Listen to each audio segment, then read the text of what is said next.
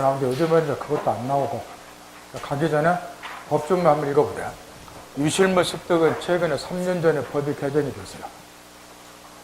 남이 잃어버린 물건은 습득자가 소유권을 취득하는데 권리자부터 찾아가라 공고 절차를 거쳐야 돼요. 그 옛날에는 기간이 1년이었는데 요즘에는 인터넷 등으로 공부하기가 아주 용이해지다 보니까 1년간 기다릴 필요부터 6개월로 줄여놓은 거예요.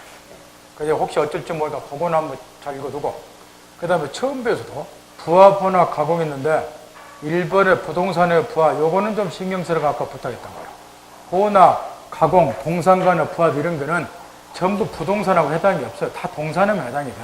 그러니까 이런 거는 말을 내냐고 말이야. 예? 부동산에 대한 부합은 이 자체도 시험에서 낼 뿐더러 이걸 모르면 저당권 공부할 때 애먹고 임대차 공부할 때 애먹으니까 부동산에 대한 부합은 정리 잘해야 된다는 거야. 이 자체도 시험에 잘 물어보고 저당권 공부할 때 이거 알아야 되고 임대차 공부할 때도 알아야 되니까 부동산에 대한 부합은 열심히 공부해서 이해를 해둬야 된다 그 이야기야. 여기 저 부합은 서로 소유자를 달리하는 두 개 이상의 물건이 결합해서 한 개의 물건이 되는 것을 부합이라 그래요. 소유자를 달리하는 두 개 이상의 물건이 결합해서 한 개의 물건이 된다. 그러면 부동산에 대한 부합은 부동산의 대표적인 것이 토지하고 건물이 있기 때문에 일단 둘로 나누어서 이제 사고를 좀 해야 돼요. 토지에 대한 부합하고 건물에 대한 부합이 원리가 다르다는 거예요. 부동산에 대한 부합은 이제 부동산이 토지하고 건물이 있으니까 둘로 나누어서. 여기 이제 토지에 대한 부합은 이걸 지금 묻고자 하는 건데, 갑이 토지 소유자다. 갑의 토지에다가 을한 놈이 뭘 덧붙인다는 거렇게. 갑의 토지에다가 을이. 그런 다음에 갑의 토지하고 을이 덧붙인 물건이 합쳐져서 한 개의 물건이 되냐, 요걸 따지는 거예요. 만약 이게 한 개의 물건이 되면 얘가 덧붙인 물건은 토지 소유자, 갑에게 소유권이 넘어가 버려요. 이렇게. 근데 이게 합쳐지는 게 아니면 얘가 그대로 소유자가 되는 거고. 그러면 여기에서 뭘 이제 떠올려야 되냐면 상상의 나래를 펴라가 말이에요. 갑이 토지 소유자인데 을이나 나가 여기에다 뭘 덧붙일까? 갑이 토지자인데 여기다 을이 뭘 덧붙일 수 있는 게 뭐가 있을까? 그걸 따져보라면 그게 토지에 대한 부합이야. 각종 토지에 대한 정착물을 떠올리라고 말이에요. 이렇게 논리적으로 풀어 이렇게. 정착물에는 뭐가 있어요? 정착물. 토지 및 그 정착물 부동산 취급하죠? 근데 정착물에는 대표적으로 건물이 있고 수목의 집단이 있고 그 다음에 농작물이 있다. 이렇게 따지라고 말이야. 순서대로 이렇게. 그런 다음에 이런 이야기라고 말이야. 갑이 토지 소유자인데 여기에다가 을이 무단으로 건물 지었다. 이런 이야기야. 그럼 토지하고 건물이 합쳐져서 한 개의 물건이 되냐? 한 개의 물건이 되는 것을 부합이라 그래. 근데 잘 아는 것처럼 토지하고 건물은 별개 독립부동산이니까 건물은 토지에 부합이 안 돼. 그래서 맨날 우리 시험에 나오는 사례가 이런 거예요. 갑의 토지에다가 을이 무단으로 건물을 지었다. 건물은 토지에 부합이 안 되니까 누구 소유다? 을 소유다. 그러니까 갑은 내 땅에다 건물 철거하라 물권 조건 행사한다. 스토리가 이렇게 돌아가는 거예요. 만약에 이게 부합이 되면 건물은 토지 소유자 소유권 넘어가니까 철거 처음 가면 또라이지. 그 말 듣겠나요? 건물은 별개동 구성자 토지와 부합이 안 된다. 그 다음에 수목의 집단 또 똑같이 해보세요. 갑이 토지 소유자다. 을이 여기에다 갑의 토지에다 나무를 심었다 이야기야. 그때 이 수목이 토지 합쳐지냐? 그게 부합이라 그래. 합쳐지면 수목에 대한 소유권도 토지 소유자, 부동산 소유자가 넘어가지만 부합이 안 되면 식지한자 을 소유가 되는 거야. 그래도 이거는 이제 둘로 나눠서 사고를 해야 돼요. 상식적인 이야기야. 정당한 권한이 있냐 없냐. 여기서 정당한 권한은 타인의 부동산을 사용 수익할 수 있는 권리, 지상권이나 임차권 등을 말하는 거야. 따라서 갑이 토지 소유자인데 을이 지상권 등을 취득, 토지를 빌린 다음에 나무를 심었는가? 그런 걸 따지라고 말이야. 정당한 권한이 있다. 지상권 등에 의해서 나무 심었다. 그러면 수목은 누구 거가 돼야 돼? 상식. 식지한자 을 거가 돼야 되니까 부합이 안 된다. 합치지면 안 되잖아. 따라서 이런 경우는 부합이 안 되고 식지한자 을 소유가 된다. 이런 걸 따진다고 말이야. 정당한 권한에 의하지 않고 무단으로 나무 토지에 나무 심었다. 그럼 묻혀야 돼요. 합쳐진다고 봐야죠. 부합이 되는 거예요. 그래야지 갑은 우리 수목 제어할 거 아니에요. 쌍무식 내 토지에 나무 심어놨어 그러고. 다 부합이 되고. 그러니까 소유권은 누구한테 넘어가는 거야? 토지 소유자 갑에게 넘어간다. 이게는 부합이 되는 거야. 정당한 권한에 의하지 않으니까. 이렇게 따지라고 말이에요. 책으로 돌아가서. 거기 제일 밑에 가로친 2번. 부동산의 소유자는 부동산의 건물과 소유권을 의원시 취득한다. 우측 넘어가서. 그러나 정당한 권한에 의해서 부속된 경우는 저렇게 지상권이나 뭐 전세권 취득하고 임차권 취득하고 뭘 심었다 지었다 이런 경우 그거는 부합이 돼요 안 돼요? 안 되게 부속시킨 자 소유가 된다. 206 단서 바로 칠판에 써놨던 거. 가로쳐짐 4번 나무 권한 없이 타인의 토지에 나무를 심었다. 수목은 토지에 뭐 한다? 부합한다. 권한에 심으면 부합 안 된다. 그런 건 말로 틀리냐고 말이야. 확인했나요? 다 시험에 나온 거니까 외우지 말고. 그래서 이제 하나만 내가 지금부터 묻는다고 말이요. 여기 수목의 집단은 판례도 방금 뭐지 이렇게 해결해요. 이게 우리 상식에 맞기 때문에. 그런데 여기 수목의 집단에 대해서 얘가 임목에 관한 법률에서 소유권 보존등기를 했어요. 소유권 보존등기는 수목의 집단. 그런 걸 우리는 뭐라고 불러요? 임목이라 그러죠. 또는 간수법상과 공시방법인 명의방법을 갖춘 수목의 집단이에요. 그러면 임목에 관한 법률에서 소유권 보존등기라는 수목의 집단이나 명의방법을 갖춘 수목의 집단은 토지에 애시당초 부합할 것이다. 부합 안 한다. 부합 안 하는 거예요. 이거는 별개 독립부동산이야. 토지하고는 별개 독립부동산이에요. 이런 경우는 애시당초 부합이 안 되는 거예요. 그 여기 판례에서 말하는 수목은 이런 수목 아닌 걸 말해요. 토지의 일부에 해당되는 수목들을 말한다 그 말이야. 이 보존등기라든가 명의법을 갖추지 아니한 수목의 집단. 요거 갖출 분은 토지하고는 별개 독립부동산이니까 부합이 안 되는 거예요. 혹시라도 또 수목의 집단은 신경을 많이 쓰라고 저번 주에도 물권법 들어오자마자 주시시켜 줬는데 혹시라도 이거 안 가르쳐주면 더 사고 안 할 거 무조건 하고 붙어진다고 막 할까 봐서 지금 뿌듯풀 이야기를 하는 거야. 하도 내가 여러분을 믿음이 안 가니까. 별개 독립부동산이 안 합쳐지는 거야 이게. 건물도 마찬가지고 이렇게 보존등기란 수목집단, 명의법을 수목집단 이거 독립부동산이니까 부합이 안 되는 거야. 여기 수목집단 그 위에 수목을 말하는 거야. 그다음 문제는 이제 시험이 농작물이지. 여기 말은 이 판례도 이제 몇 번 나왔지만 시험은 농작물이 제일 많이 나와요 여기서. 여기 농작물이 똑같이 사고를 해야 됩니다. 정당한 권한에 의해서 농작물을 경작을 했는가 또는 정당한 권한에 의하지 않고 무단으로 농작물을 경작을 나누는데 여기서 우리 판례는 농작물만큼은 정당한 권한에 의해서 타인의 토지에다가 농작물을 경작했던 권한 없이 무단으로 경작했던 불문하고 농작물은 토지에 부합이 안 되고 언제나 경작자 소유다. 요게 판례 입장이에요. 그러니까 수목하고 뭐가 차이가 나냐? 요게 차이가 나는 거야. 정당한 권한에 의하지 아니한 경우 수목은 부합이 됐죠. 근데 농작물은 그럼에도 불구하고 부합이 안 된다는 거야. 그러니까 요 대목 판례를 집중 시험에서 물어본다고 말이야. 그러면 우리 판례가 요게 이제 우리 상식에 잘 안 맞아요. 그래서 이 판례에 대해서는 일부 학자들이 비판도 많이 해요.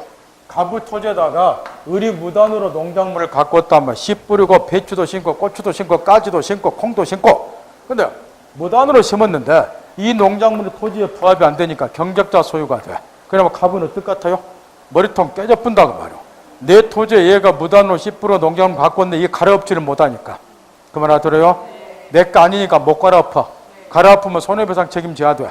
그러니까 이게 우리 상식에 안 맞다고 말이야. 근데 왜? 그래서 이게 시험에 제일 많이 나온 거예요. 왜 판례가 농작물 이렇게 보느냐? 수목하고 달리 수목은 생장기간이 수년이 걸려요. 그 농작물은 불과 5, 6개월이야. 그러니까 무단으로 심었다 하더라도 농작물은 네가 좀 참으라는 거야. 5, 6개월만 참으면 되니까. 그 다음에 수목은 식기한 자가 별도로 그다지 관리 안 해도 비바람 때문에 지 혼자 크지만 농작물은 잘 아시다시피 뭐 해야 돼요? 끊임없이 가서 관리를 해야 돼요. 피도 뽑고 거름도 주고. 그러니까 관리하는 나중에 누가 소유자인 것처럼 보이는 거야. 경작자가. 그래서 이 경우는 명의방법을 갖출 필요조차도 없이 경작자 소유다. 판례가 이렇게 되어 있어. 얘가 계속 부단히 관리를 하니까. 그래서 이런 이유 때문에 이 농작물에 대해서는 토지의 부합이 안 된다, 권한이 없다 이렇게 이야기하는데 이게 이제 판례가 이렇게 이야기하는 것이고 여기는 역사적, 사회적 여러 가지 중요한 배경이 좀 있어요. 근데 시간이 없기 때문에 그런 것까지 가르쳐 줄 필요 없고 그런 거 배경까지 알면 국사 공부를 또 하셔야 돼. 근데 그런 것까지 몰라도 상관없으니까 이 정도만 알아두고 책으로 돌아가서 거기 가르쳐진 4번에서 그러나 판례는 농작물에서 특별한 취급을 한다. 됐나요? 여기에 중요하다 그 이야기야. 거기 언더란 쳐진 거. 권한 없이 타인의 토지에 농작물을 심은 경우에도 경작한 농작물인 성수관원 등으로 독립성이 있는 때는 물론 성숙해야 돼요. 씨 뿌린 당겨서 가려 퍼부어도 돼. 독립성이 없으니까. 농작물은 토지의 법이지 않고 소유권은 누구에게 있다? 경작자에게. 물론 이 경우는 명인방법을 갖출 필요도 없어요.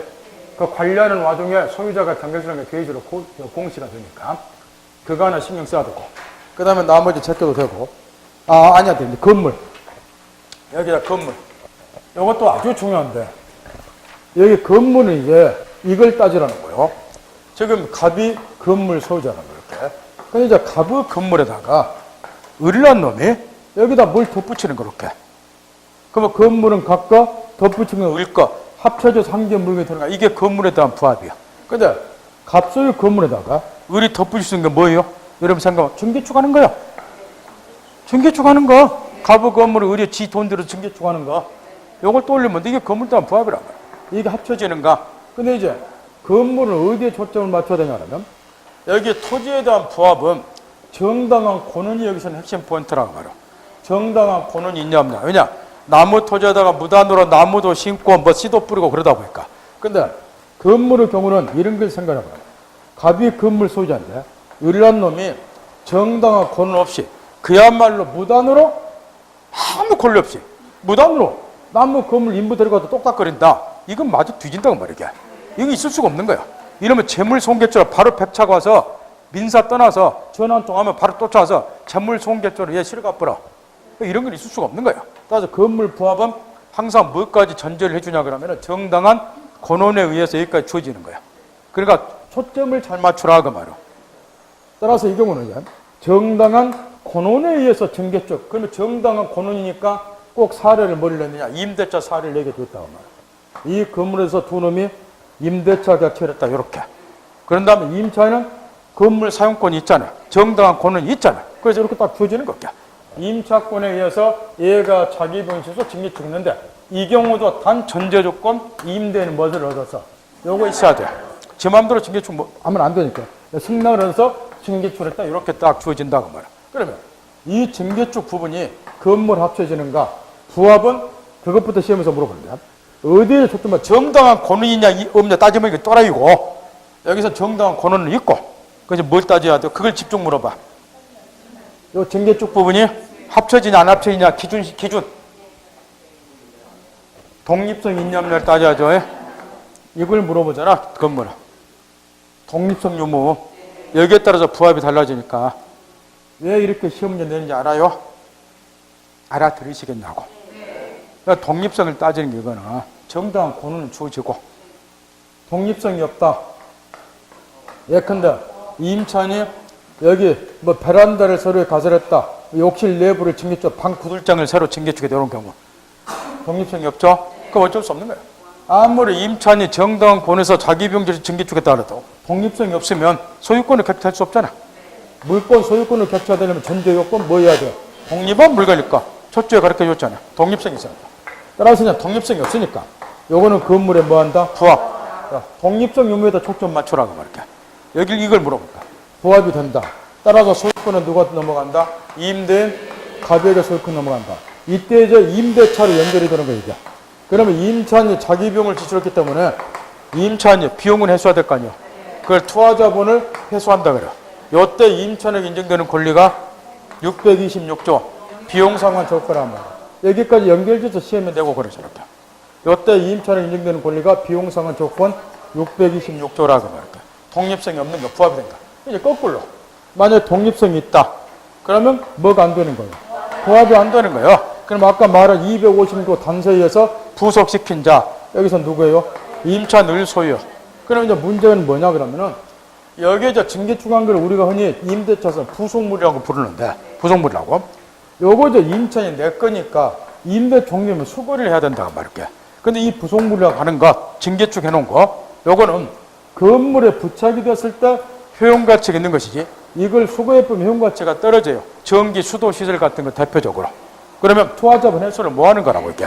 그러니까 이런 경우도 임차인이 투하자본 해소하도록 하기 위해서 임차인에게 인정해주는 권리가 요걸로 연결됩니다.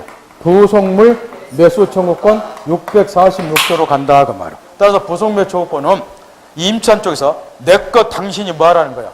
사라 그 이야기야. 따라서 부속물 청구권이 임차인에게 인정이 되려면 전제 요건을 몇 가지 갖춰야 돼요. 임차인 중에서 토지 임차인에게는 부속물 청구권 인정이 안 되죠. 또 건물이야 되니까. 건물겠다 공작물 임차인일 것. 그 부속물이 뭐가 있을 것? 독립성이 있을 것. 그래서 누구 소유일 것? 임차인 소유일 것. 이런 전제를 갖췄을 때 내 거 사라. 그게 640조 부속물 청구권 요리 연결이 된다고. 그래 임대차 요거 이해하려도 여기서부터 시험 문제를 출제하니까 요 과정을 깨우쳐야 된단 말이야. 그래서 거기에 가로친 3번에 이제 건물에 관해 써놨는데 첫 번째 아까 가르친 거야. 건물은 토지에 일단 부합이 안 된다. 전제 딱 하고 타인 소유 건물을 뭐 했다? 증개축. 그게 최종 건물에 부합한 경우는 뭐에 달려있다? 독립성. 그게 핵심 포인트라고 말이야. 거기다 초점을 사고하는 거야. 예컨대 그 예가 시험에 나오니까 예를 들어준 거죠. 임차인의 증개축한 부분이 독립성을 가지면 증축한 자 소유 소가지만 부속시킨 자 이때 뭐가 인정이 된다? 부속물 청구권이. 만약에 독립성을 갖지 못하면 기존 건물에 뭐가 된다? 부합. 그러면 기존 건물의 소유자가 소유권 취득하는 이때는 뭐 청구하면 된다? 대한민국에 이런 책이 어딘가 말이야. 에? 이렇게 잘 쓰는 책들 가지고 이해할 수 있겠나요? 네. 그 다음 나머지는 좀만 읽어보고 여기 저 소유권도 물권이가 당연히 물권 조건 세 종류가 인정이 될 건데 반환 청구권, 방해제거 조건, 방해방 조건 이렇게. 그죠? 저번에 점유권에서 세 종류 물권 조건이 다 나왔었죠? 근데 점유권에서는 세 종류 물권이 조건인데 어떤 것이 가장 많이 출제됐나요? 반환 청구, 방해제거 청구, 방해방 조건 중에서. 점유물 반환 청구권이 90% 이상 집중 출제가 되죠. 근데 소유권이 침해자 인정이 되는 물권 조건 세 종류 중에서는 방해, 제거 청구권이 집중적으로 시험에 나와. 앞에 물권 조건에서 가르쳐준 거죠. 그 대신 반환 청구권에서 첫 줄 언더를 한번 보세요. 왜 그 언더는 쳐놓은지 아시겠나요? 뭐 때문에요? 이틀 전에 가르쳐드렸어. 점유물 반환 조건하고 차이점이다. 이틀 전에 가르쳐줬죠. 점유물 반환 조건은 침탈사업도 1년 행사한다. 제척기는 제한을 받지만 소유물 반환 조건에 관해 제한이 없다니까요. 그거 기억 잘 해두라고 말이요. 그 다음에 나머지는 방해제거 조건의 언더는 판례가 사례로 지겹도록 나오니 거의 한 년마다 나온다고 생각하면 돼요. 사례로. 지금부터 있는 대로 집중하세요.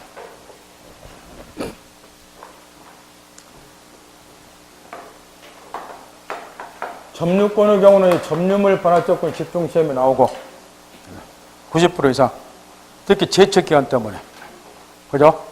소유권이 침해다 인정이 되는 물권 조건은 반환 청구가 아니라 방해제거 청구가 이거는 99% 나오고 99%. 왜냐? 요 판례들 때문에. 요 사례가 집중 나오니까. 여기 우리가 여기까지를 다 저번에 가르쳐 줬잖아. 물권 조건 기초이론 공부할 때. 갑이 토지 소유자다. 우리 여기에 무단으로 건물 지었다. 건물은 토지에 부합이 안 되니까 얘 거다. 그러니까 내 땅이다 철거하라 철거 청구한다. 요게 이제 기본일 건데 소유권에 기인한 방해제거 청구하니까. 그런데 이번에 물권 조건 할 때 딱 일주일 전에 뭘 가르쳐 준 거냐. 물권적 조건은 상대방이 누가 되는가. 현재 침해자다. 걔한테 청구한다. 그걸 집중 가르쳐 줬어요. 그러다 보니까 이제 의리란 놈이 무단으로 지어놓은 건물을 제3자 병의 이 건물을 양도를 해서 얘한테 소유권 넘어갔다. 그럼 현재 침해자는 얘니까 얘 말고 얘한테 뭐 한다? 철거 청구한다. 일단은 우리 시험에 기본으로 물어본 게 요거고 얘한테 철거 청구는 아니고 다만 얘한테는 불법에 일어난 손해배상 청구는 못하고 대신 손해배상 청구는 얘한테 한다.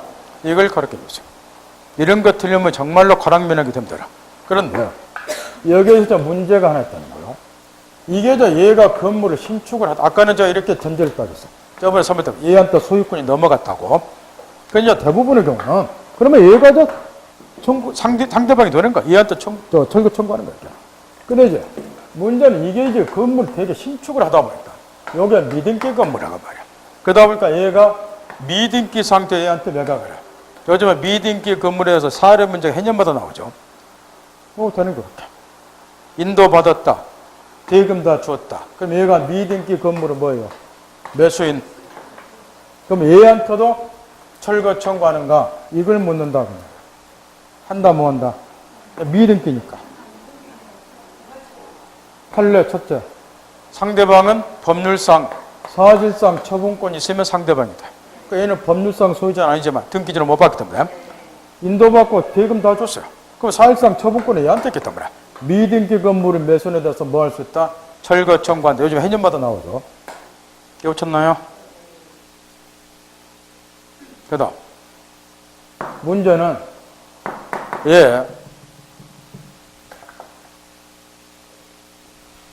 두 번째 조심할 거.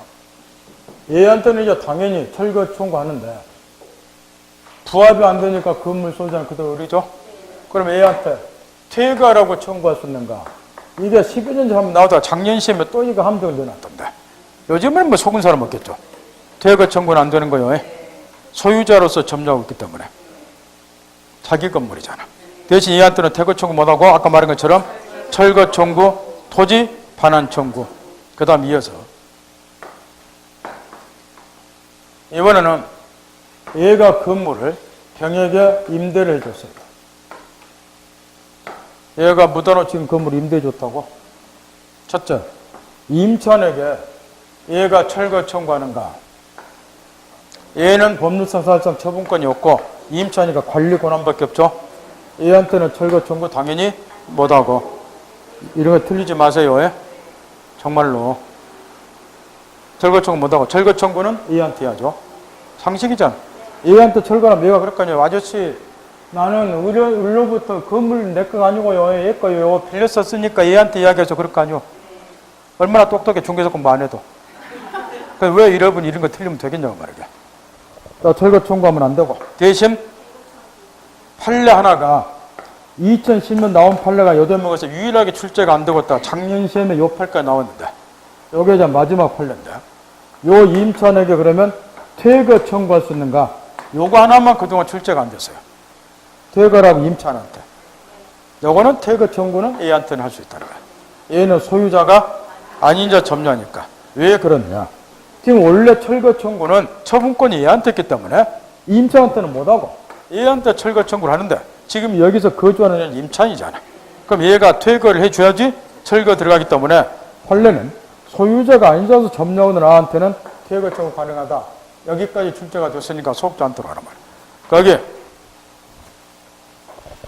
가로천 2번, 1번은 방금 다 해주셔서 했으니까 순서가 쭉 있고 가로천 2번에서 우측에 제일 언더에 자기 소유 건물을 점유하는 아한테는 건물의 퇴거를 청구할 수 없다. 확인했죠? 그 마지막 판례가 지금 마지막 가르치는 2010년도 판례다. 요게 그동안 출제 안 되다가 작년 시험에 사례로 출제가 됐다는 거예요. 언더에 보세요. 비교하라는 거 같을까? 건물 소유자가 아닌 사람이 임차인 등이 그 이야기야. 건물 점유했다면 토지 소유자는 자신의 소유권에 대한 방해배제로서 건물 점유돼서 건물로부터 뭐를 청구해? 퇴출, 퇴거를 청구할 수 있다. 물론 이 경우에는 그 뒤에 이제 부연 설명. 건물 점유자가 건물 소유자로부터 임차인으로서 그 건물 임차권을 가지고 있는 경우 이런 경우에도 마찬가지라는 거예요. 설사 임차권에 대항력이 있더라도 마찬가지다. 퇴거 청구 들어간다고 말이야. 이해할 수 있겠나요? 이전엔 그 소유물 방해제국처럼 언더랜처럼 판례들이 최근에도 사례로, 이거 대부분 사례로 나와요. 말로 안 나오고. 사례로 해년마다 나오기 때문에 웬만한 건 요즘은 속지를 않는다는 거예요. 여기서 틀려버리면 공짜 한 문제가 날아가는 거예요. 그 다음, 방해방 조건은 뭐 조심하라고 그저께도 가르쳐 드렸어요. 그것도 오늘에도 언더랜 쳐놨죠. 그 다음, 공동소유. 다 칠판 보세요. 소유권에서 이제 공동소유에서도 해년마다 한두 문제씩 나와요. 뭐라자 관례하면은 이 공동 소유가 공동 소유자들의 인적 결합 관계에 따라서 우리 민법에서 세 가지로 이제 분류를 하는데 공유, 합유, 총유 이렇게 그 중에서 이제 90% 이상 공유가 빠짐없이 집중 출제가 되고 여기 합유, 총유는 이제 어쩌다가 한 번씩 나오는데 작년 시험에는 두 문제가 나왔죠. 여기서 하나, 여기서 하나 이렇게 두 문제 나올 때도 있어요. 공유가 그만큼 중요해. 실무에서도 워낙에 공유 부동산이 생각 이상으로 많아요. 이렇게 거기다가 옛날에 우리 시험 문제는 일반적인 공유만 우리가 공부하면 됐다 그 말이야. 여러분이 아나? 근데 요즘에는 뭐까지 나오니까 머리통 깨져버리고 싶어. 저 민사특별법까지 관련이 나오는 게 있어. 공유에서 뭐 있잖아 하나. 에? 일반적인 공유 말고 구분소유적 공유권이 나오니까 여기가 민법 전반을 걸쳐 튀어나오니까 사람을 또 한장하게 만든다고 말이야. 요즘에 가장 하다하게 민법 전반에서 나오는 것이 두 개가 있다고 그렇게 있어요. 그럼 뭐라고 쓰셨나요? 여기저기서 나왔구나. 하나는 그저께 가르쳐줬어요. 말소등기 청구 대신에 진정명 협의로는 이전등기 청구하는가. 요게 사례만 나오면 꼭 관련돼서 나오고 민법 전반 통틀어서 총칙부터 민사특별까지. 그 다음에 또 여기저기 튀어나온 것이 구분소유적 공유고. 요 두 개는 원리를 반드시 정리하고 가야 된다 말이에요. 원리를. 그러니까 사람을 미치게 만드는 거예요. 그냥 일반 공유 공부하기도 힘들어 죽겠습니다. 더욱이 여기 공유는 판례가 최근에 하단 판례들까지 사법고시 법원각이 출제가 되는데 요즘에는 이제 웬만한 판례는 공부 좀 한 사람 다 할까요? 어느 판례 나오는지. 근데 중요한 게 뭐냐 그러면 이 공유는 판례들을 구별해야 될 게 억수로 많아요. 그걸 그냥 빌비추고 외우면 무조건 틀려. 그 판례가 미묘한 차이들이 있다. 그걸 공부를 제대로 해야 된다. 구별할 걸 정확히 구별해서 판례가 왜 이렇게 달리 보고 있는 이런 거를 끝보가면은 다 틀고 나와. 점수가 안 나쁜단 말이야. 먼저 기초를 닦아두니까 지금 한 개의 물건을 2인 이상의 수인이 공동으로 소유하는 것을 글자 그대로 공동소유고 그래요. 거기에 이제 공유합이 청구했는데 그 중에 이제 공유라고 하는 것은 그야말로 우연한 사정에 의해서 이게 핵심 포인트. 한 개 물건을 2인 이상의 수인이 공동 소유하는 거예요. 예를 들면 이 토지가 한 필, 토지는 한 필이 한 개고 여기에 이제 매수대금이 1억. 만약에 갑이라는 사람이 매수대금 1억이 있었다면 내 혼자 1억 주고 사서 단독 소유했겠지만 나한테는 5천밖에 없다. 근데 아가 토지 소유자가 분할해서 팔 생각은 추워도 쪼개서 팔 생각은 추워도 없다는 거야. 그래서 친구 의뢰에게 부탁을 해서 이 토지 사놓으면 앞으로 떼돈 번다. 5천씩 각각 투자해서 공동 매수했다. 그럼 한 개의 토지를 투자 가액에 따라 2분의 1 공동 소유하겠죠. 이런 거를 대표적으로 공유라 그래. 이 경우는 두 사람이 공동 소유함으로써 무슨 공동 사업한다든가 목적이 있다 없다 그거 확인해 보라는 거. 목적이 없다. 그야말로 자금이 모자란다는 우연한 사정에서 한 개의 물건을 두 사람 이상의 공동 소유한다. 이게 특징이에요. 그러니 이 경우는 이제 각 공유자들에게 이제 지분권은 당연히 인정이 되고 지분 처분의 자유가 인정이 되고 이 지분은 사실상 단독 소유권하고 다를 게 없어요. 두 사람이 무슨 공동사업 목적이 없겠단 말이에요.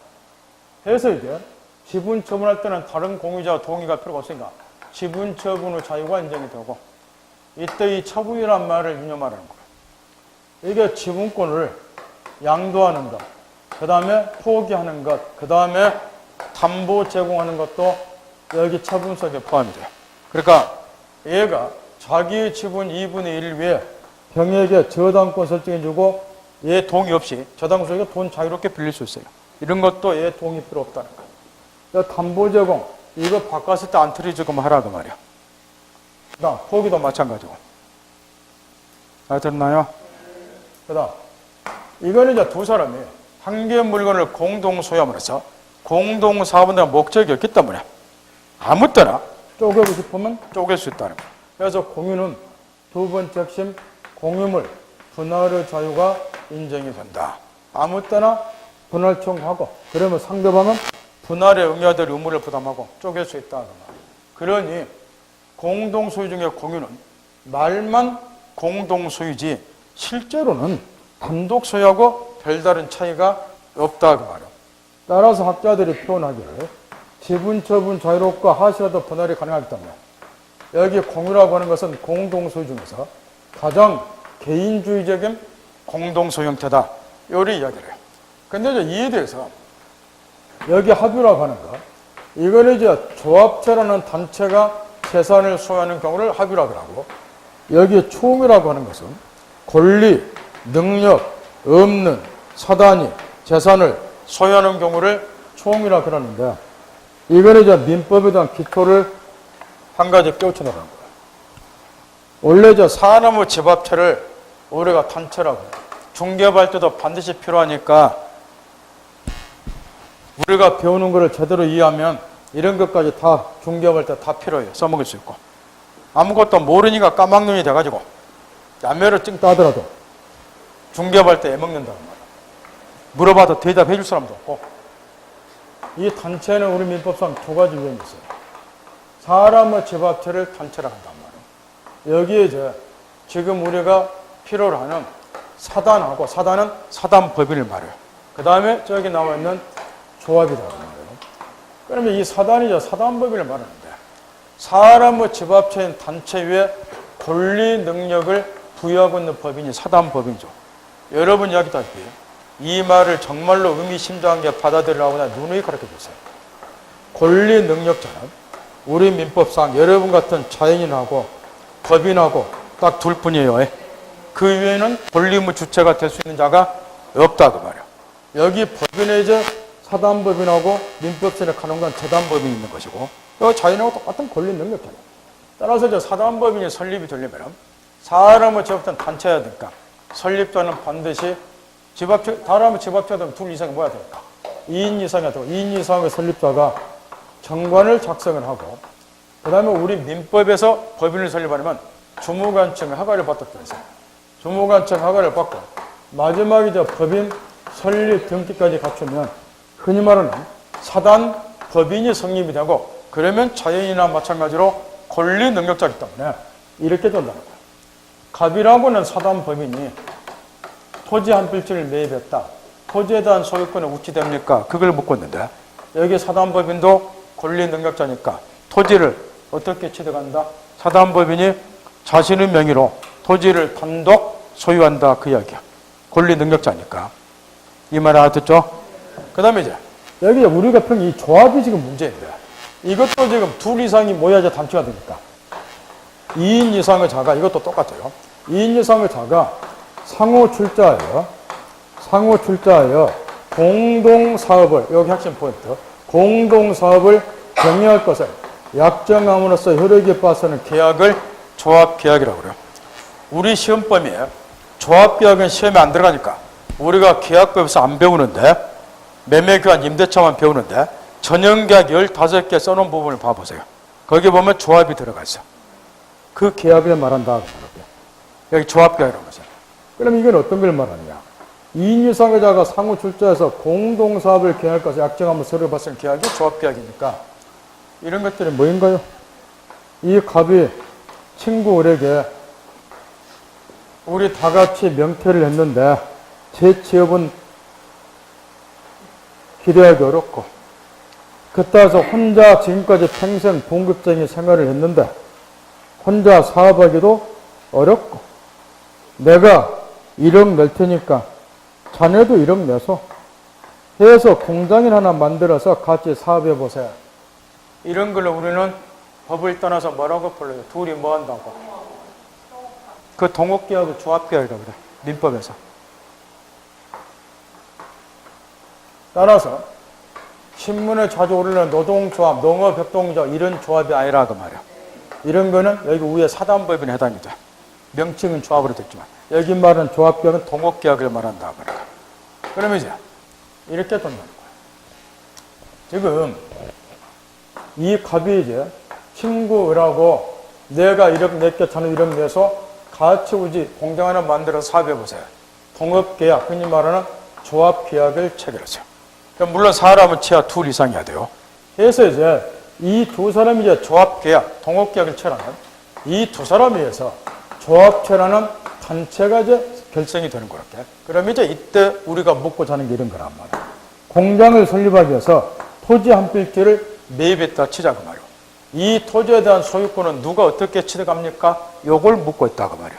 만약에 이 조합체라는 단체가 사단법인처럼 권리 능력이 인정이 된다라고 가정하면 이 토지에 대한 소유권은 조합체가 단체 자신의 명의로 단독 소유하겠죠. 그잖아. 근데 여기 보세요. 우리 민법상 권리 능력자는 뭐가 뭐거든요. 자연인과 법인뿐이야. 여기 조합체 안 들어갔잖아. 안 들어간 거는 권리 능력자 아니란 거야. 따라서 이 조합체라는 단체는 권리 능력이 없으니까 조합체가 단체 자신의 명의로 이 토지를 단독 소유는 뭐 한다고 말이야. 소유권의 주체가 될 수 없다고 말이야. 그러니까 구성원 전원이 뭐 한다고 볼 수밖에 없다. 한 사람 같으면 단독 소유하겠지만 최소한 두 사람 이상의 동업계약 체결하잖아. 그러니까 구성원 전원이 뭐 한다? 공동 소유. 이 공동 소유를 공유하고 구별하기 위해서 뭐라고 부르자? 합의라고 부른다 그 이야기야. 뭔 알겠나요? 그러면 거두절미하고 위에든 밑에든 내용은 똑같아. 한 필지 토지를 두 놈이 공동 소유한다. 물론 이 밑에 이 조합계약의 경우도 각각 투자 가액이 있으니까 그 투자 가액에 따라서 이 한 필지 토지에 대해서 지분도 인정이 되어놓게. 똑같은데 결정적인 차이가 뭐인가 스스로 생각해 보세요. 위에는 이제 그야말로 우연한 사정에서 공동 소유하는 거야. 무슨 공동 사업에 대한 목적이 없고. 근데 밑에는 우연한 사정이 아니라 뭐 있잖아요. 상호 출자해서 뭐 한다고? 공동사업. 공동사업을 경영할 걸 약점 서류에 벌써 계약이 조합계약이기 때문에 요 밑에 두 사람은 우연한 사정에서 공동소유하는 게 아니라 공동사업이라는 공동의 목적을 위해서 공동소유한다 그 말이야. 그게 결정적인 차이야. 따라서 이제 밑에 합의 경우는 이렇게 이제 공동소유가 성립되면은 이 공동소유자를 합의자라고 부르고 공유는 뭐라고 부르듯이 공유자라고 부르듯이. 그럼 이 합의자들이 전원이 이제 공동소유를 하는데 이 합의의 경우는 특징이 뭐냐? 이 경우도 지분권은 인정이 되지만 첫째, 지분 처분의 자유가 인정이 안 된다는 거예요. 지분을 처분하려면 다른 합의자 전원의 동의를 해야 되는데 이거는 생활상식이야. 생활상식이라 그 말이 뭐라? 여기 합의에서 합의자 있는 갑이 자기의 지분 2분의 1을 A에게 처분한다. 지분 처분. 요거는 단순한 지분 처분한다는 소리가 아니고 뭐가 같이 이전되는 거예요. 조합원의 지위가 같이 이전되는 거죠. 그게 공유해서 지분 처분하고 달라. 얘가 조합원이잖아. 공동사업에서 뭉쳐있는 아들이야. 근데 지분을 처분했다 그 말은 조합원의 지위를 넘겨주었다 그 이야기야.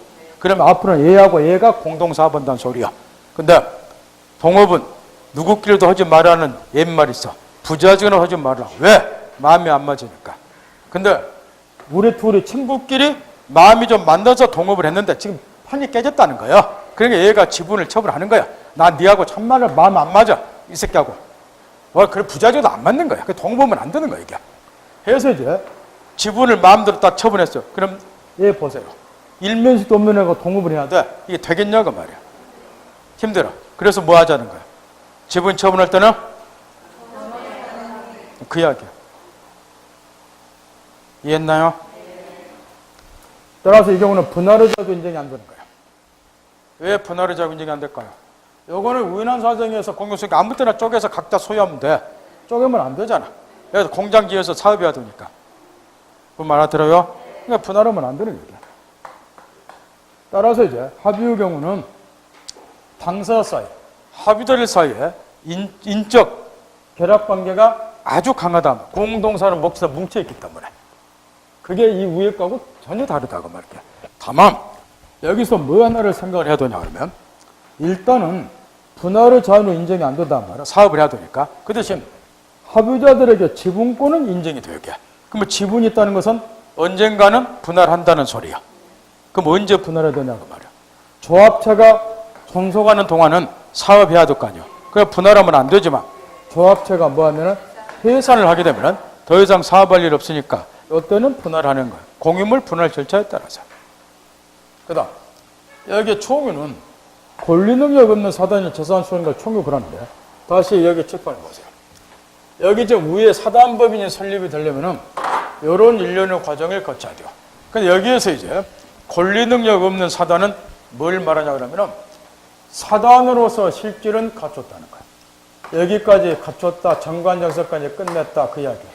실질은 갖췄고, 그러면 이제 사단법인이 성립이 되고 권리 능력 인정이 되려면 주무관청 허가를 받고 법인 설립 등기를 해야 되는데, 주무관청 허가를 받으면 행정감독을 받아야 돼. 구천에 설립 등기하려면 비용도 들어가요. 그래서 이제 이런저런 이유 때문에 사단으로서 실질은 갖췄지만 주무관청 허가를 얻지 못하거나 법인 설립 등기를 하지 아니함으로써 그러면 사단법인 설립이 안 되고 권리 능력이 따라서 인정이 안 될 거라고 말해요. 이런 아들을 글자 그대로 권리 능력 없는 사단 그래요.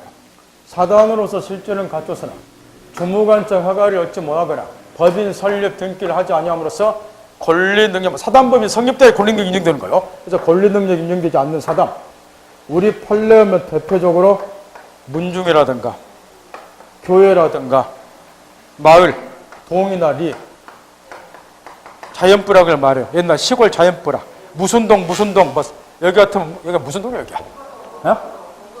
무고동 이런 동 말고 시골의 그 자연부락. 자연부락에 가면 여기는 사람들이 친목도모를 많이 해. 여기 무고동 사람, 옆집 사람도 누가 사는지 몰라. 친목도모 할 일 없어. 여기는 아파트도 301호가 302호 누구 사는지도 모르는데.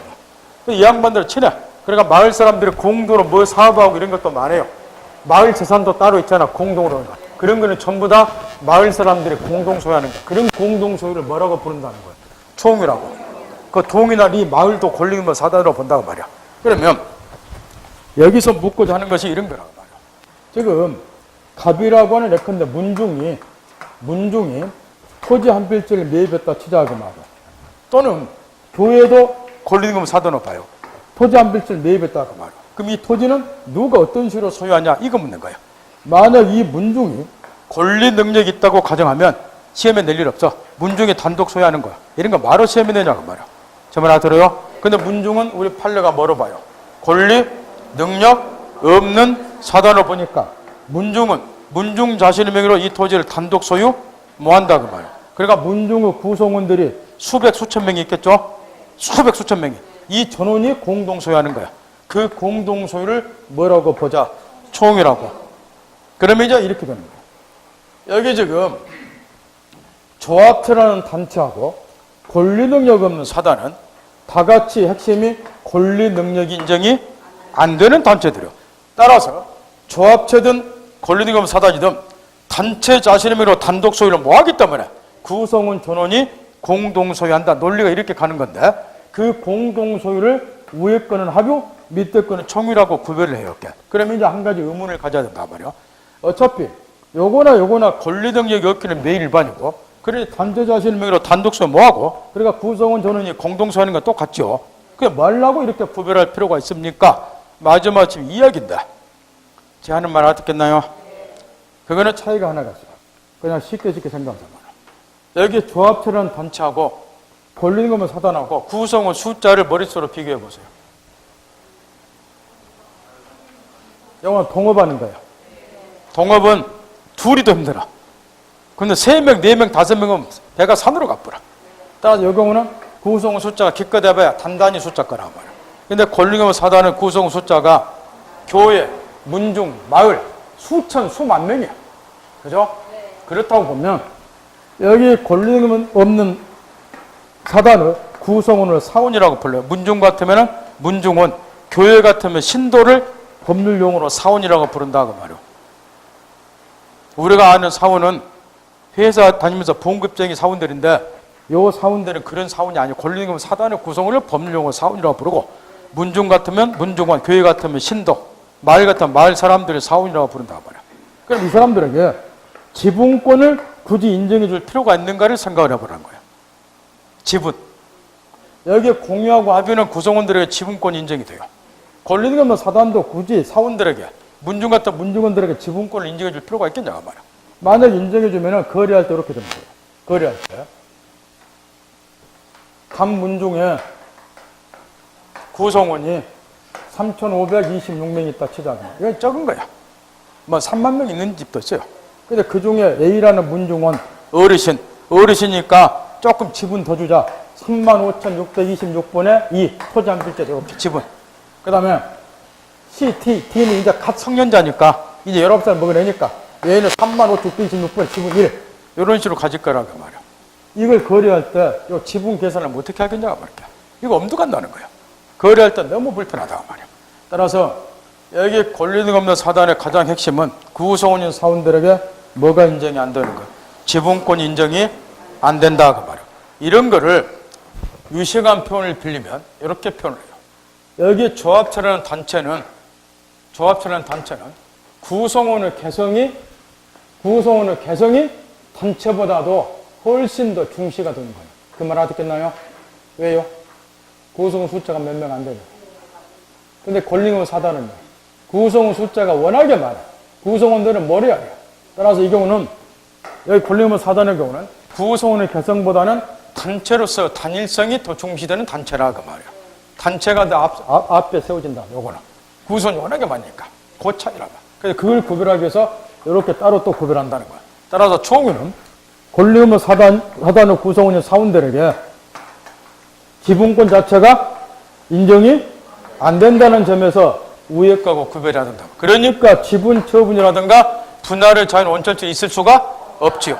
이게 가장 핵심 포인트. 지분권이 인정이 안 된다. 구성원의 개성보다는 단체로서 단일성이 훨씬 더 전면에 나타나기 때문에. 구별했나요? 그럼 이제 혼자 공부하시면 돼. 이 특징 가르쳐 드렸으면 이걸 염두에 두고 책 읽으면서 혼자 터득해도 충분히 터득이 가능하다고 말이야.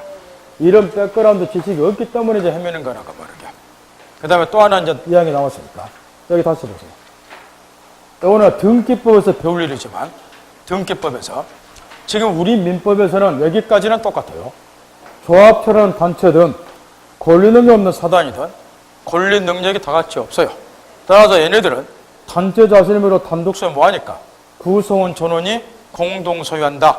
여기까지 똑같죠? 다만 요거는 지분권이 있고 요거는 없다는 점에서 이제 이렇게 구별을 좀 해야 된다. 이렇게 똑같은데 요게 등기법으로 넘어가면 등기 능력과 관련해서 조합체하고 권리 없는 사단에서 차이가 있다는 거예요. 등기법에서. 이렇게 사고를 해보란 말이에요. 만약에 조합체나 단체나 권리 없는 사단에 등기 능력 인정이 안 되면 자기 명의로 등기도 못 한다면 등기는 구성원 전원의 명의로 등기해야 되는 거예요. 그걸 염두에 두고 외우지 말고 조합체라는 단체하고 권리 능력 없는 사단하고 등기법상, 민법 말고 등기법상 어떤 거는 자기 명의로 등기가 가능해요. 등기 능력이 인정이다. 고르세요.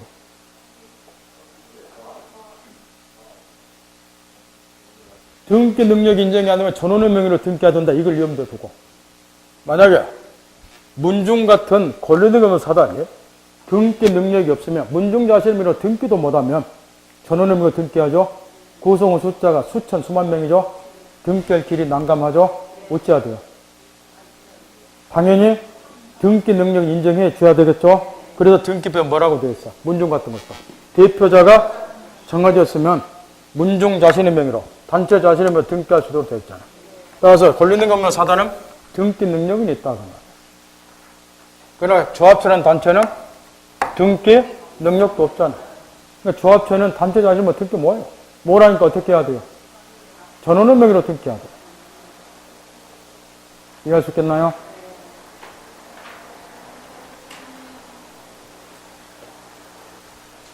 이걸 염두에 두고 이런 것들 읽으라고 합니다. 공유에서 원단을 쳐준다. 공유도 소유권에 딱 한 개만 성립하는 거예요. 이 한 개의 소유권을 요 두 사람은 공유자가 지분을부터 나누어 갖는 거라고 말이에요. 그러니까 일물일권주의에 반하는 거 아니다. 언더라니. 찾았나요? 그 다음 공유가 성립되는 것은 방금 내가 칠판에 해주는 것처럼 당사자 의사에 의해서 공유가 성립되는 건데 이건 시험 나올 일 없고 당사자 의사와 상관없이 법률의 규정에서 자동으로 공유가 성립되는 경우도 있다는 거예요. 거기에 가로침 1, 2, 3, 4번 특기 유념할 때 가로 3번 뭘 유념해야 돼요? 공유는 분할의 자고 인정이 되는 요거는 분할 청구가 허용이 안 되니까 상식이잖아. 그거. 아파트 같은 경우 공용부분, 복도, 예배 이런 거 분할하면 안 되잖아. 아까 집에 가서 읽어보라는 게 상린권 경계에 설치된 경계표 다음 보고 집에 가서 꼭 읽으라는 게 이거 상린자가 공유로 추정이 돼요. 이거 분할 청구하면 안 되잖아. 그런 거 신경 쓰고 그 다음에 상속의 경우도 마찬가지야. 가로천 4번에 상속인이 여러 명인 경우 아버지가 토지 한 피치 남기놓고 돌아가셨다. 자식놈이 세 놈이다. 그럼 세 놈이 공동 소유하죠. 그게 무슨 공유다 합유다 그 이야기야. 이것도 무엇으로 본다. 걔네들은 그랬잖아. 거기다 공유다 써놨잖아. 공유로 본다 그 이야기야. 그게 공동 상속 재산이다 그 이야기라니까. 얘가 이따 써먹여 두니까 머릿속에 담아두는 거야. 그 다음 지분. 지분에서 뒤에 267조 지분의 탄력성 직업도록 물어보니까 조문 정리 잘 하시고. 이게 이제 여기저기서 앞으로 써먹게 될 겁니다. 지분의 탄력성을. 지금 이 조문 자체도 일단 시험에서 이제 단답식으로 기초로 많이 물어봅니다. 갑이 지금 지분 3분의 1 가지고 있고, 을이 3분의 1, 병이 3분의 1 가지고 있다. 공동소유 공유를 하고 있다. 공유자 중 1인이 상속인 없이 사망했다. 지분을 포기했다. 그럼 원래는 이자의 지분은 국가의 기속이 돼야 되겠지만 국가의 기속이 되면 이게 단독 소유로 복귀하기 어렵죠. 따라서 현재는 공동소유 공유가 성립이 되어 있지만 언젠가는 이게 단독 소유로 복귀가 돼야 될 것이고 단독 소유로 복귀가 되려면 얘가 상속 없이 사망하거나 지분을 포기하면 이자 지분이 국가에 기속돼서는 안 되고 어찌해야 된다. 다른 공유자들에게 지분의 비율로 기속. 이달대로 지분이 이렇게 증가가 되고 그러다 얘한테 똑같은 일이 벌어졌다. 그럼 얘한테 넘어가면 단독 소유로 복귀. 요게 이제 267조 지분의 탄력성입니다. 이 전문 자체가 시험에서 많이 나옵니다. 앞으로 반드시 나올 판례가 하나 있다고 2주 전에 가르쳐줬어요. 그게 거기 2016년 작년 여러분 시험 보기 이틀 전에 나온 판례입니다. 앞으로 반드시 나온다. 공유지분을 뭐 했을 때? 포기했을 때 등기해야 되냐? 그 판례죠. 어찌해야 된다고 가르쳐줬냐면 포기하는 것은 법률행위에서 뭐에 해당합니다. 일방적으로 포기했던 접시냐? 단독행위. 그러니까 법률행위에 의한 물권 변동이니까 뭐 해야 된다? 186조에 따라서 등기해야 된다. 2주 전에 반드시 나온다고 가르쳐준 판례. 물론 등기 형식은 무슨 등기 하면 된다고 그랬어요? 얘 벌써 260조. 얘 지분 포기하면 얘 지분 애들한테 넘어가잖아. 그러니까 무슨 등기 해야 돼요? 그러지 이전 등기 하고. 그거는 시험에 안 나올 거니까 원대로 안 쳐놨고 뒤에 써놨잖아. 다른 공유 앞으로 제일 마지막에 무슨 등기 한다? 이전 등기 한다. 이때 또 뭐 하나 가르쳐 줬어. 이거하고 똑같은 판례가 옛날부터 시험에 작년 시험에 또 나왔던데. 그거는 이미 판례가 나왔기 때문에 시험에 이미 나왔다고 가르친 게 하나 있었어요. 그럼 뭐 했는가? 공유지분을 포기는 인자 시험에 판례가 나왔고 작년 시험도 나왔고 그전에 나왔고 판례가 90년대에 나왔기 때문에 이거하고 똑같은 건 뭔 지분 포기.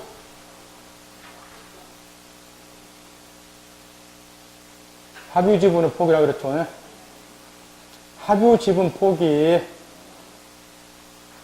그것도 단독행위니까 똑같다고 가르쳐 줬잖아. 그거는 판례가 90년 나왔기 때문에 시험에 몇 번 나오고 작년 시험도 나왔고. 근데 공유지분을 포기는 2016년 요게 이제 그동안 논란이 되다가 합유지분 포기하고 똑같이 판례가 나왔다고 가르쳐 줬잖아. 2주 전에. 그러니까 합유지분을 포기도 같이 기억을 해야 되고 다 같은 단독행위에 그러니까 뭐 해야 돼? 그 대신 2학년 나와 잠깐 칠판 보세요. 야, 공유지분의 포기는 267조에서 갑이 자기의 공유지분을 포기했다. 그럼 이렇게 되죠? 이자 지분 얘네들한테 넘어가죠? 그죠? 그러니까 지분권 이전 등기 해야 되는 거예요. 요게 2016년 판례, 요건 아직 안 나왔단 말이야. 근데 합유지분의 포기. 요거는 이제 조심을 해야 될 것이에요. 요 지분 포기하면 이것도 단독행위 똑같아. 그러니까 이것도 뭐 해야 되는 거야? 186조 따라서 등기 똑같이 해야 돼. 공유지분 포기나 마찬가지로. 근데 요거는 판례가 나왔기 때문에 작년 시험도 또 나왔단 말이야. 10년 전으로 나왔고. 요것도 등기해도 하기는 단독이니까. 근데 공유지분 포기했을 때 요게 등기해야 되는가? 요걸 그동안에 판례가 안 나왔었어. 그래서 학자들은 이제 요거는 267조나 법규에서 지분이 넘어가니까 등기 안 해도 되는 거 아닌가? 이런 이제 견해가 우세했다고 말이요. 근데 이것도 우리 판례는 똑같이 뭐로 바꾼가? 똑같은 포기니까. 권리 포기는 단독이잖아. 그러니까 뭐 해야 된다고? 등기.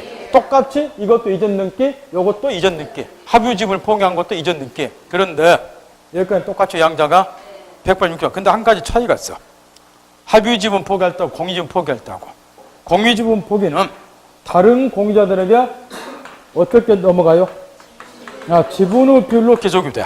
공유지분의 포기는. 그죠? 근데 합유지분의 포기는 민법에 규정이 없어. 그래서 차이가 좀 있어. 합유지분 포기하면 뭐일 것 같아요?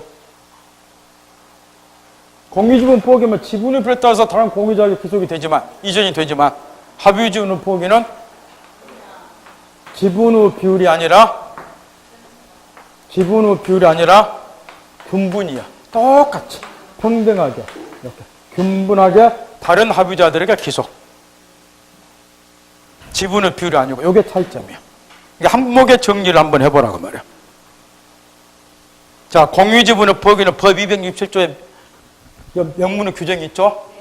다른 공유자들이 지분의 비율로 기속된다고.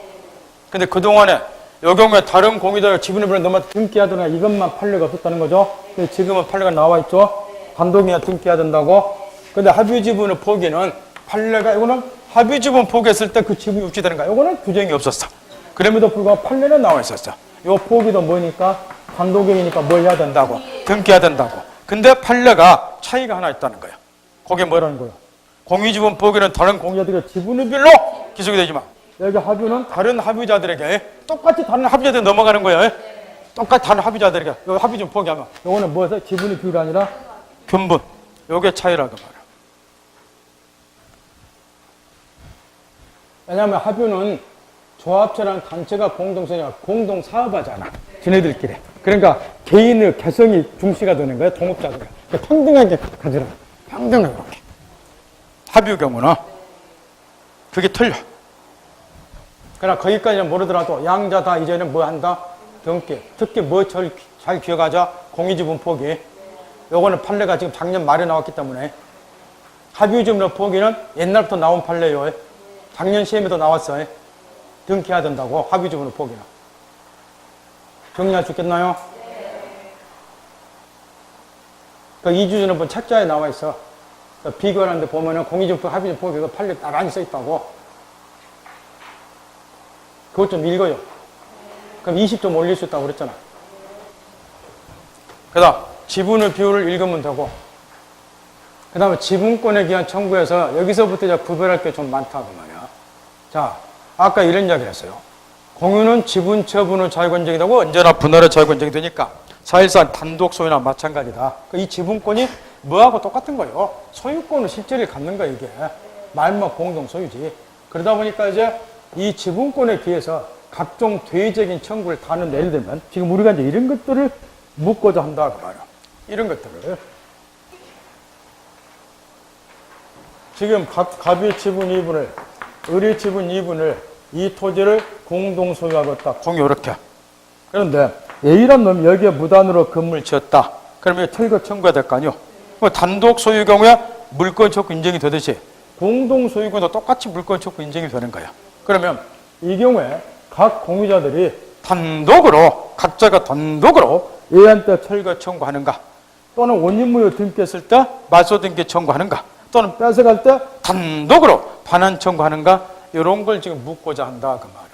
일단 지분권도 단독 소유권의 실질을 가지니까 단독 소유나 마찬가지로 물권 조건 다 행사하는 거야. 다만 이런 거 조심하자는 거야. 가로천 1번 언더를 앉혀놓은 거 먼저 보세요. 다른 첫 줄, 다른 공유자 또는 제3자가 공유물에서 침해를 했다, 무단으로 건물 지었다, 이런 경우 각자는 단독으로 방해적을 청구한다고 주어놨죠? 확인했죠? 그런데 요즘에는 이런 건물 철거 청구보다 방해적을 청구해 줘서 뭐를 많이 물어보더라. 원인무효 등기에 대해서 말소 청구하는 게 더 많이 나온다고 그랬죠? 이 부분도 마찬가지야. 그래서 그 위에 건 언더를 앉혀놓은 거야. 얘가 무단으로 건물 지었다, 단독으로 각자가 방해적을 청구해, 철거 청구. 근데 제3자가 원인무효 등기했다. 이것도 방해적을 청구해야 되잖아. 이걸 더 많이 물어본다. 여기서도 마찬가지고. 따라서 언더를 앉혀놓은 거 따옴표를 잘 보셔야 돼. 여기서부터 구별을 칼같이 해야 돼. 공유물에 대해서 따옴표가 어디에 서 있나요? 제3자에. 제3자가 원인무효 등기 가지고 요거에 요 갑을 존엄의 공동소는 이 토지에서 제3자 A가 등기소를 이조해서 자기 명의로 등기했다. 여기 방해자가 청구 말소시켜야죠. 요때 이 각 공유자가 단독으로 등기 전부에 대해서 말소 청구할 수 있는가? 요걸 묻고자 하는데 등기 전부에 대해서 내 지분 넘어서서 등기 전부에 대해서 그것도 단독으로 할 수 있는가? 할 수 있다고 말이야. 우리 판례는 요걸 뭐로 보고 있느냐? 두 번째 줄 언더라인. 원유무효 등기에서 말소등기 청구하는 것은 공유자의 무엇으로 본다. 이따 바로 뒤에 나오지만 공유물에 대한 보존 행위는 공유물이 현상같이 유지시키는 거니까 공유자가 각자 단독으로 할 수 있다는 거예요. 그럼 요거 말소시켜야지 이자들의 권리가 보존이 되잖아요. 그래 단독으로 한다 그 이야기인 거야. 그런데 여기서 주의할 게 있어요. 여기 말소등기 청구한다고 그랬죠? 근데 말소등기 청구 대신에 진정명 해부란 이전등기 청구도 가능할 거 아니에요. 이 경우는 얘네들이 항상 물어본다니까. 말소등기 청구하면 그 다음에 뭐? 근데 구별해야 된다는 거야. 우리 시험은 앞쪽에 93년 5월 11일자 판례가 계속 반복이 되니까 내가 거기다 먼저는 쳐놨지만 가로 열고 닫고 진정명 해부를 오늘은 이전 등기 청구하는가? 요거는 여기서는 안 물어봤기 때문에 내 언더를 안 쳐놨는데 차이가 좀 있어요. 저 같으면 이걸 물어봤거나. 여기가 말소시킬 때는 등기 전부에 대해서 말소시킨다고 쓰여있죠? 전부. 근데 이전 등기 청구할 때는 어찌해야 될 것 같아요? 그러지. 자기 지분에 한해서만. 전부에 대해서 자기한테 넘겨달라고 하면 안 되는 거야. 무슨 말 알겠어요? 따라서 진정명 해부를 오늘은 이전 등기 청구할 때는 각 공유자의 해당 뭐별로 지분별로 요게 차이점이라 그 말이야. 그 차이점 이해할 수 있겠나요? 그래서 또 부연설명 해놨잖아. 그 판례 2005년 9월 29일자 그 다음 줄에다. 이 경우에는 공유자의 단독으로 전부에 대해서 이전 등기 청구는 안 된다. 말소 등기 청구는 전부에 대해서 하는 거예요. 구별할 수 있겠나요? 그 다음 또 하나 가죠. 이에 반하여 언더라인. 자, 다운표 보세요. 다운표가 어디 쳐졌는가? 공유부동산에서 공유자 중 한 사람. 이거 번갈아 가면서 지겹도록 물어보니까 이번에는 요렇게 원래대로 하면은 지분 2분을 등기에 되시하죠. 근데 얘가 이자하고 협의하지 않고 이 토지 전부에 대해서 지 맘대로 단독 명의로 등기를 해본 거야. 그럼 얘가 이제 뭐 해야 돼, 얘한테?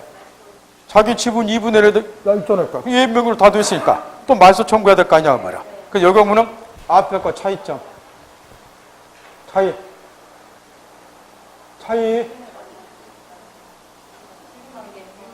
확인했나요? 그게 차이. 그걸 번갈아 가면서 지겹도록 물어봐. 그러니까 지문에서 뭐를 꼭 확인하셔야 돼. 제3자 명의로 원유무효 등기됐는가? 공유자 중 한 사람 앞으로 등기됐는가 꼭 확인해야 돼요. 이 경우는 얘 지분 2분의 1 있잖아요. 그 2분의 1만큼 실체관계 부합하니까 그 2분의 1을 말소 청구 뭐 하는 거야? 따라서 거기에 마지막 가로열고다가 또 부연설명 해놨을 거야. 일부 공유자 단독 등기도 그 지분을 범위 내에서 뭐함으로 유효함으로 전부 말소는 불가하다. 앞에 것과 구별 잘하라고. 번갈아 가면서 지겹도록 물어보니까 요즘에. 구별했나요? 그래서 가로친 이번에 이것도 마찬가지야. 이번에 이제 반환 청구할 때 이걸 뺏어갔다. 그러면 단독으로 이것도 보존력 일종이냐. 반환 청구를 다 하는데 문제는 제3자가 공유물의 점유를 침탈한 경우는 별로 시험에 안 물어봐. 이거는. 그래서 그걸 언더를 안 쳐놓은 거야. 누구나 맞췄다 이거는. 그냥 반환 청구 하면 되니까. 근데 밑에 언더를 공유자 중 1인이 공유물려주 상호하는 거. 이게 시험에 쏟아져 나온다 그 말이야. 이것도 이제 뭘 구별을 잘해야 되냐 그러면은 하도 또 이것도 요즘에 구별하라고 지겹도록 나오니까 요걸 보자고 말이요. 지금 갑이 지분 5분의 3, 을이 5분의 1, 병이 5분의 1. 요거 공동소를 하고 있다는 거예요. 공동소 이렇게. 요거는 가반수 지분권자죠. 그러면 이따 뒤에 바로 나오죠. 또 공무원사람은 다른 거 몰라. 이건 아니겠지만. 여기 과반수 지분권자는 공유물의 관리에 관한 사항은 지분 후 과반수로 결정하니까 얘가 단독으로 하는 거예요. 근데 그 중에 우리 판례를 보면 이런 게 들어갔단 말이야. 여기에 과반수 지분권자가 공유물의 특정 부분을 얘네들하고 협의하지 않고 법정에서 사용하겠다고 결정했다. 이렇게. 이런 것도 적법한가? 이게 요즘 시험에 한 년마다 나오는데 우리 판례를 보면 관리에 관한 사항은 265조에서 지분 후 과반수 결정하는데 이 관리에 관한 사항 속에는 뭐 또 들어갔어요? 공유물의 사용 수익 방법을 구체로 정하는 거. 이렇게. 요 공유주, 요건 내가 쓰겠다. 이렇게 정하는 것도 뭐이다? 관리에 관한 사항. 그러니까 얘가 지분 과반수가 되죠? 그럼 얘는 얘네들하고 협의하지 않고 이 부분을 독점해서 사용했다고 결정하도 상관이 없어. 적법한 거야. 다만 얘네들은 지분 5분이라고 하더라도 공유물 전부를 사용하는데 이 부분을 얘가 사용하면 얘네들은 사용 못하죠. 대신 얘네들한테는 차임 상당액을 부당히 들어 사용만 해주면 되는 거야. 얘네들은 사용 못하기 때문에 이렇게 되는 거야. 더 나아가서 요거 전부를 얘가 사용했다고 결정해도 상관이 없어요. 얘는 가반수 지분권자니까. 그런데 요걸 이렇게 사례를 바꿨을 때 요게 이제 거기 보면 뒤쪽에 거기 94년 3월 20일자 판례 뒤쪽 언더라니 지금. 그러나 가반수의 7번의 사례. 가반수 지분권을 가진 자가 배타조사를 정하는 경우 이는 공유물의 관련이 없어 적법하다. 그리고 이 경우는 얘네들이 반환청은 뭐 한다는 거예요?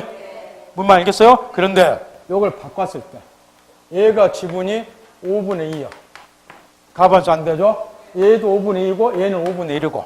근데 얘가 요 일부 또는 요 전부를 독점에 사용했다고 얘네들하고 협의하지 않고 결정을 했어요.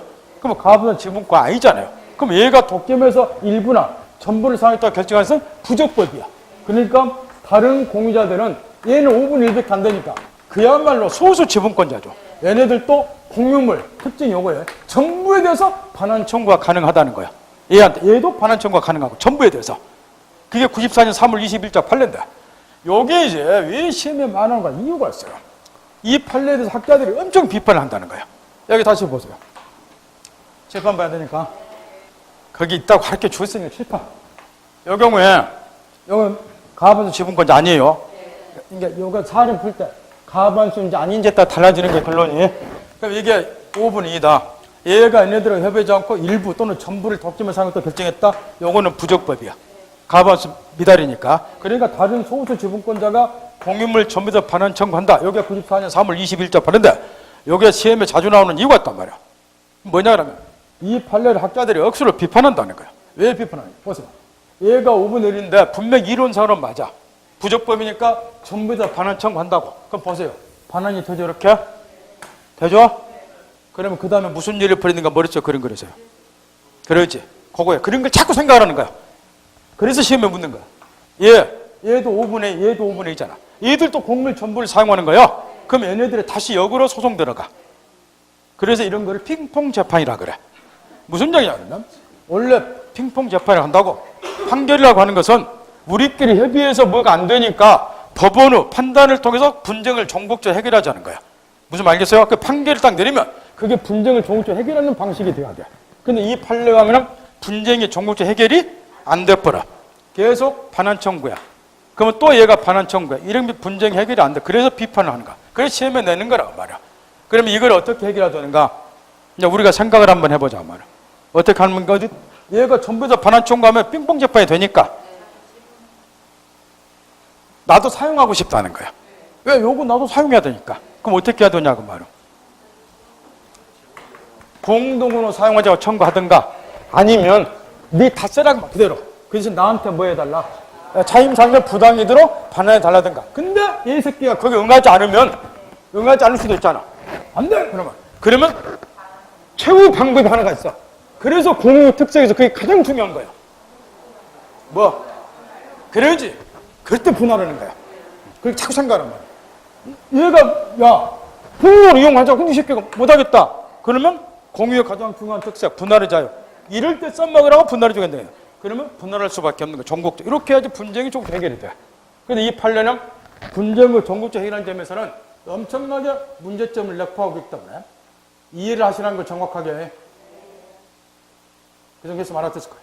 그 다음 3번에 손해배상 청구도 직업들은 물어봐. 이거는 돈 달라는 거기 때문에 여기서 제3자가 불법으로 여기 사용하면은 손해배상 청구할 거 아니야. 그러면 공유자 유리는 자기 거기 지분의 비율을 한도 내에서만 배상 청구하는 거예요. 다른 공유자 것까지 전부 배상 청구 뭐해? 이게 돈이기 때문에 전부 받으면 써버려. 그러니까 오직 누구 것만 자기의 지분의 비율을 한도 내에서만. 이해했나요? 직업도록 물어봐요. 부당이득 반환 청구도 마찬가지. 뒤쪽 언들 아니에요.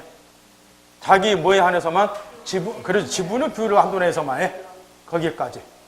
지금 지분권행위 청구 가로 1번, 2번, 3번 여기까지 시험이 요즘에 쏟아져 나오네요. 근데 구별할 거 정확히 구별하셔야 돼.